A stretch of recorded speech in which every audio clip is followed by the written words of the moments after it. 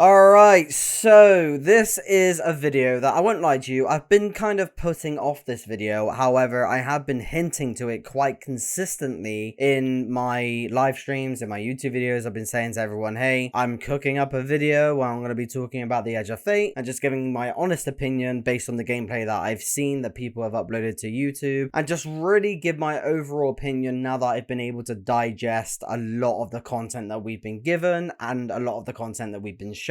A lot of the times when Destiny content comes out, and I am hugely guilty of this, I get so unbelievably hyped. Like, I am just freaking out. I'm shouting, I'm cussing with excitement. I am just like, oh my god, this is the best thing ever, because I just love seeing brand new stuff for Destiny. And I really want to start this video by just heavily highlighting that, because as much as people like to shit on Bungie and shit on the game, this is my favorite game of all time. I literally met my best mate 7 years ago when Destiny 2 came out. I've been playing the franchise for 11 years. I was involved in the Destiny 1 beta. Like, this game has taken up such a huge portion of my life, and I'm okay to say that. I'm not ashamed to say that. I've had some fantastic moments playing Destiny. I've met some amazing people along the way playing Destiny, and it's given me a platform whereby I feel passionate enough to make content for YouTube and put my face on the internet and put my voice on the internet and overall just talk about something that I love. And I really just wanted to start with that because I think that that's important. I think a lot of the times we take a lot of things for granted, and I don't want to be that guy. I really do not want to be that guy when I say that making video games is hard. And I know that that's not an excuse. I know that that's gonna sound like copium to a lot of people, where I'm basically just saying that we need to accept the bare minimum. That's absolutely not the case. What I'm saying is that there's a lot of people at Bungie that are not involved in a lot of the controversies that happen at Bungie that simply just want to make a cool game, right? And I feel like we forget those things. I feel like we forget those morals and we forget those values because we're immediately lighting our pitchforks and we're like, Bungie, I'm gonna bash your door down and all this sort of stuff. And obviously I understand that feelings are high when it comes to certain situations, and in certain situations rightly so, because voices absolutely need to be heard, obviously to a certain degree. I obviously don't condone anything malicious or anything like that. However, I just wanted to get this out of the way first because I just feel like it's important, because my opinion of Edge of Fate is very mixed. And that's not a negative thing, nor is it an entirely positive thing. I just want it to be more of a constructive thing, because as a long-term Destiny player, a veteran player who does all of the endgame content, grinds as much as I possibly can to get the best level loot, does as much as I possibly can every day so that I can get extremely rare emblems and triumphs and all this sort of stuff. I am that guy, right? So leading on from that introduction, first of all, I just want to also say, actually very quickly, sorry, massive thank you to Milo real quick. This is his footage that I'm using in the background. I haven't actually reached out to him to say that to ask if I could use this footage, but I am going to post a link in the description below if you guys go and check out that video, because I think Milo is a fantastic example of an opinion that we should actually take as great value, to be quite honest with you, because he's a returning player, a brand new player that's, you know, played years and years ago, returning as someone who is able to present to us fresh takes on the game. And it's good to see that from an outside perspective versus someone like myself who's been playing the game religiously every single day, where sometimes our opinions can obviously differ to the new player experience. So hats off to Milo. He's actually delving so deep when it comes to this game, and it's super awesome to see. I'm not big enough to ask for his permission for this footage. I'm sure he doesn't care, but I also just want to give that common courtesy and link the video, and just highly encourage that you guys go and check out Milo and just have a look at all of his videos, because honestly, he says some pretty great takes and his opinions are absolutely valuable. So moving on from that, what do we know about Edge of Fate so far? Well, we know that there's a whole big UI system update, and I'm immediately just going to separate that immediately from the Edge of Fate. The Edge of Fate, in my opinion, is an expansion that involves a story, involves new armor, new gear, and new weapons and new exotics, right? A new storyline, new secrets. That to me is what an expansion is. When it comes to a system update, or an armor 3.0 update, or a tier system update, or anything like that, to me that's not really an expansion. thing that's more of an update that's coming to the game alongside the expansion. And I understand that a lot of people are going to say, yeah, but because it's shipping with the Edge of Fate, it's part of the Edge of Fate. I actually completely disagree. I think this is just a huge update that they're shipping alongside the Edge of Fate to make the overall package feel larger than what it is. You're not paying money for a UI update. You're paying money for a story-driven expansion that has new weapons and new armor. So let's just get that put to one side, because I want to talk about Edge of Fate at its absolute core. So what is Edge of Fate? Edge of Fate is the brand new location, Kepler. Edge of Fate is brand new weapons that you can earn throughout the campaign, as well as brand new exotic armor and brand new exotic weapons. And granted, some of these exotic weapons look absolutely fantastic. The Graviton Spike, completely up my street. I cannot wait to get my hands on it.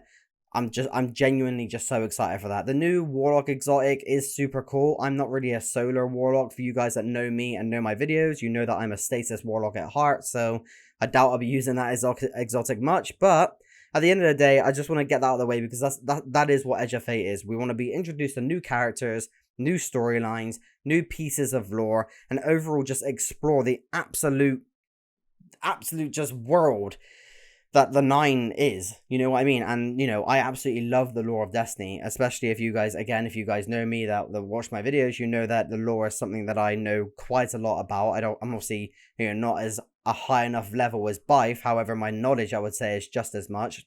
I don't need to be a massive content creator to have knowledge. That's not really how you verify someone's intellect, let's just say. But it's just something that I'm genuinely interested in, that I've studied for years, the 9 being a huge part of that study for me. So the fact that we are now going in that direction when it comes to the story, I cannot wait for. I think that the direction of the storyline is going to be absolutely fantastic. And keep in mind, we've got Alison Lurs, who is an incredible writer for Destiny. The final shape was 10 out of 10. The amount of lore pieces and lore references that we got to the very early stages of Destiny at its very, very beginning, vanilla Destiny 1, that were like carried forward into the lore of the final shape, really just goes to show that they have got their head screwed on, and that the narrative is actually in a really, really safe place, because that was one of the things that I was personally concerned about, and they just hit the nail on the head. The final shape, in my opinion, had no faults. I loved it from start to finish. I don't think there's anything they could have changed for that to be better. They did it just right. Absolutely pleased with that. So in terms of the story progression and actually what's in store for us when it comes to the story of Edge of Fate, I actually feel completely sound with that. I'm not worried at all. I actually think we're going to be okay from that respect. Putting narrative to the side, I want to talk about the destination specifically, that is Kepler, because every single time I see Kepler on gameplay videos like this, I don't see much. I just see a bunch of areas that looks like a Nightfall or just a large GM. I don't see any open plains. I don't see anywhere that you can go on your Sparrow. And that's actually deliberate. The reason why that's deliberate is because Bungie have not made Kepler with Sparrows in mind. There is no longer going to be roads and pieces of terrain where you can get out your Sparrow and just shoot along. And the whole reason as to why is because you cannot actually use your Sparrow on Kepler. When you pull your Ghost out and hit that button to spawn your Sparrow, you actually turn into the Matter Spark Ball. So what that essentially tells us is that Bungie are deliberately putting you in a position whereby you have to use this brand new mechanic, which, by the way, from the very beginning said that it was their main ship of the Edge of Fate, this brand new mechanic, to travel around Kepler. And because of the map design and the type of mechanic that is Matter Spark, that's not going to involve huge open world planes that you can soar across. That's going to involve very tight and small claustrophobic areas for you to wiggle yourself through to get to the next stage of the level, let's just say. And I'm not really a huge fan of that, to be honest with you. Yes, it's a cool ability. Yes, I think it's a nice addition to have. However, the whole joy and fun of having that destination vibe is the fact that you can just get on your Sparrow and just fucking go.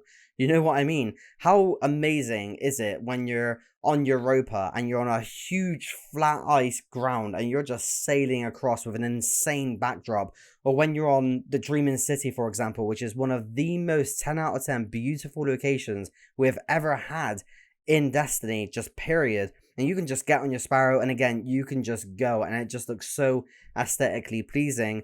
Whereas with this game, you're kind of just, this expansion, the actual level design and the design that is Kepler just forces you in a position whereby you're just confined to so many tight corners and so many tight ridges. It almost kind of just removes the exploration for me, because finding a hidden secret isn't an exploration, in my opinion.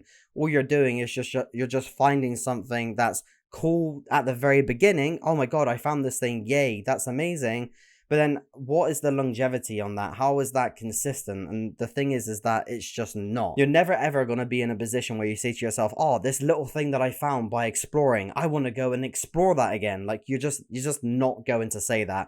So that's why I say it just gives off very small GM level vibe kind of standards. We had part of the map also come out as well from the streamers that have been playing the Edge of Fate early, and it just looks super small. And to be honest with you, that's not really entirely the problem. If you have a small map, that's fine. Just make it good. You know what I mean? So that's just a huge concern for me there. And I think another thing that kind of backs up my concern is the fact that your destinations page, where you have all the planets in the background, that will not actually display Kepler for you. The Kepler planet itself will not be on your destinations page. You can actually only access Kepler from the portal. And yes, of course, I understand that the portal is their new system and they heavily want to push people to use that, especially for new players. However, just having that destination in the background where you can see the graphics of all the planets in the background that you can just point, click, and go to, I really enjoyed having that. And the fact that that's not going to be a thing just further pushes my mindset and my feeling that this just feels like a strike that I'm clicking play on. Because you're not clicking on a planet to go and land on a landing zone. You're actually going to be in the portal just clicking play on a mission to go and access the Kepler planet itself, which, I don't know, I just find that a little bit strange as far as I'm concerned. And another thing, again, that further just backs up the points that I'm making is that there's not going to be any public events and there's not going to be any lost sectors. Are we playing the game for public events? No, we're not. Are we playing the game for lost sectors? No, we're not. However, it's those additions, those extra bits on planets that just gives you that sense of, oh, I can actually go and do this if I want to. And I'm all for giving the player more than less, right? Like I said to everyone on my live streams and in my videos before streamers even got access to the Edge of Fate is we're allowed to be constructively critical towards the Edge of Fate as long as it's fair. And I feel like a lot of the points that I'm making are fair. I don't want a brand new location in the game that I'm going to explore just because it's part of the campaign and then never revisit again. The Pale Heart I thought was absolutely incredible, and I still go back to the Pale Heart today because it's just such a beautiful location to be a part of. And there's still secrets on the Pale Heart that I'm still finding out today as well. And I just don't feel like that's going to be consistent when it comes to the Edge of Fate, especially a planet like Kepler, because again, it's very closed off. It's very in-house, as per se. It's very small. It's very claustrophobic. If you want to go and explore in a new area, you can't just go on your Sparrow and just go and explore. You have to kind of confine yourself to these really small claustrophobic areas with the use of your Matter Spark ability now. Sorry if I'm saying that ability wrong. I think it is called Matter Spark. To even just find out new little secrets and new hidden places. I don't want to be confined to a pipe that leads to a slightly larger room. I just want to look out in the open at this vast, amazing place and just go, you know what? I can go there if I want to. And that just doesn't happen based on what I've seen so far with Kepler. I think removing it from the destinations page is also going to take away that feeling of we've got a brand new location in the game feeling, if that makes sense. Because again, you're just accessing Kepler as if it's just a regular strike or a regular mission from the portal page. And just removing those public events and those lost sectors really just makes you feel like you're in a position whereby the area just isn't alive. You know, when you're running around an open world right now and a random public event starts, that's an event that's happening in-game at random. And 9 times out of 10, you're probably not even taking part in those public events, and that's absolutely fine. However, it made the environment feel a lot more alive, a lot more awake, and a lot more of, oh, there's actually things going on here. And we're just not going to get that feeling in Kepler because, one, it's way too small to even fit public events in the game, and apparently, I guess, it's way too small to even have lost sectors in the game now as well. So the replayability of even farming exotics in legendary lost sectors, you will never get that on Kepler. It will never give you that reason to go back to this location because it doesn't have it. So I just feel like that's a huge missed opportunity. Obviously, because of how large Armor 3.0 is, and again, I'm not going to talk too much about that because as far as I'm concerned, Armor 3.0 isn't an Edge of Fate expansion. It is just an update that's being shipped with Edge of Fate. I feel like because they put a lot of thought and kind of developer time in Armor 3.0, that maybe a lot of things were missed or even taken out during the development of Kepler. One thing I will say is, obviously, I've not played the Edge of Fate yet. Obviously, I'm going to be playing it on launch like most of you guys watching this video, so I can't really give you my full honest opinion because factually, I don't know the full story. I could be completely wrong with what I've just said.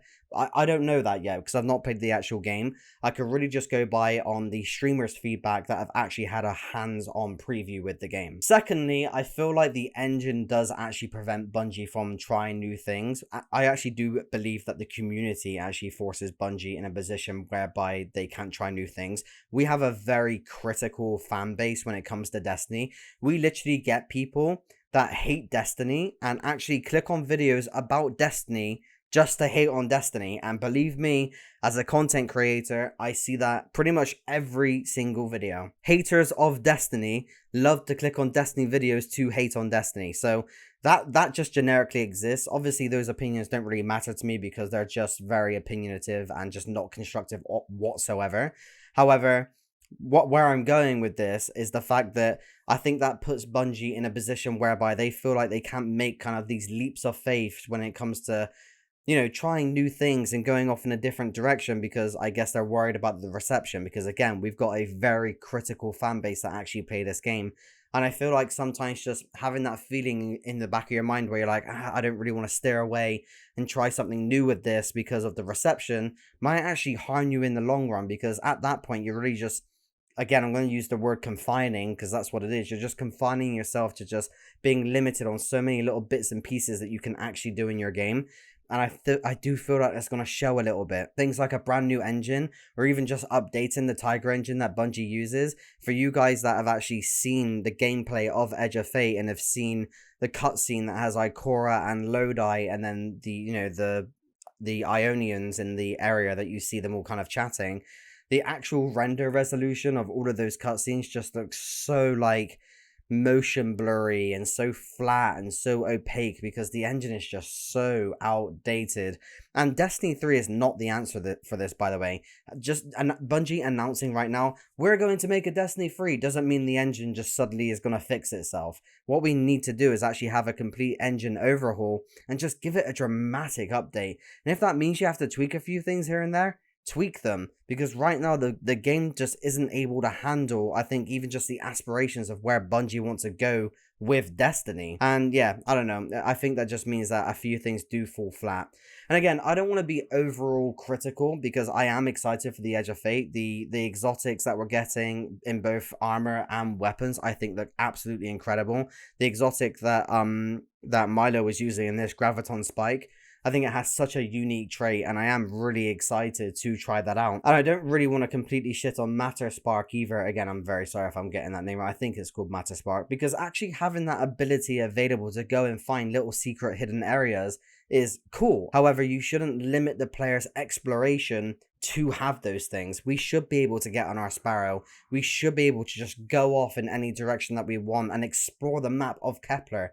But instead we can't because we're confined in these little tiny areas whereby you have to turn into an arc ball to move to the next location. And again, just feeling so enclosed and so confined and just traversing the map through a tiny pipe, you're just gonna ruin that feeling, man. And I'm just not looking forward to it in that respect. But yeah, I don't want this video to drag on for far too long. These are just some very quick concerns that I have in regards to Edge of Fate. When the actual game does come out, or sorry, when the actual expansion does come out, obviously I'll give my full review on that then.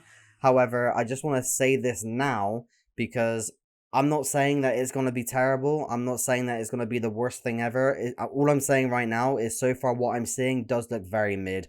Why do we not have public events? Why do we not have lost sectors? Why do we not have the ability to bring out our Sparrows? Just why are we taking things away from the player's experience? And again, I know some people are gonna give the opinion of, well, I've never done a public event in years, so why would I care about that? Sure, that's fine. However, like I said earlier, when you're exploring a location and then just these things happen in the background, these event triggers that happen in the background, it just brings the environment more to life. It makes you feel that you're part of an alive world, and just generically having that feeling is so passive in your mind that you don't even really realize that it's happening, but it happens in all of us, right? Anyway, guys, I want to throw the opinion back to you. What do you think of Kepler as a destination? Are you excited for it? Are there a few things that you would change about it? Do you agree with my opinion? Let me know in the comment section below. And if you want to see more stuff related to Destiny 2, obviously subscribe to the channel, because I'm going to be making a lot of Destiny 2 content, because I'm a Destiny 2 YouTube content creator. And obviously when Edge of Fate does come out, I'll be making videos on Edge of Fate as well, and we are actually going to be going live, and we'll actually check these things out firsthand and just see what it brings us. But yeah, guys, again, let me know your thoughts and opinions in the comment section below. I'm sorry if this video was a little bit too negative. I tried to be as constructive as possible, and I don't think someone from Bungie will ever see this, but if you do, obviously I do respect you guys. I know you put a lot of hard work into your game. I know sometimes you are doing things that are out of your hands, and I totally respect that. Ultimately, I love the company, I love the game, and I want to see it do well. So hopefully my feedback is taken as constructive, and we'll just go from there. But again, guys, thank you so much for your time, and I will see you in the next one. Take care.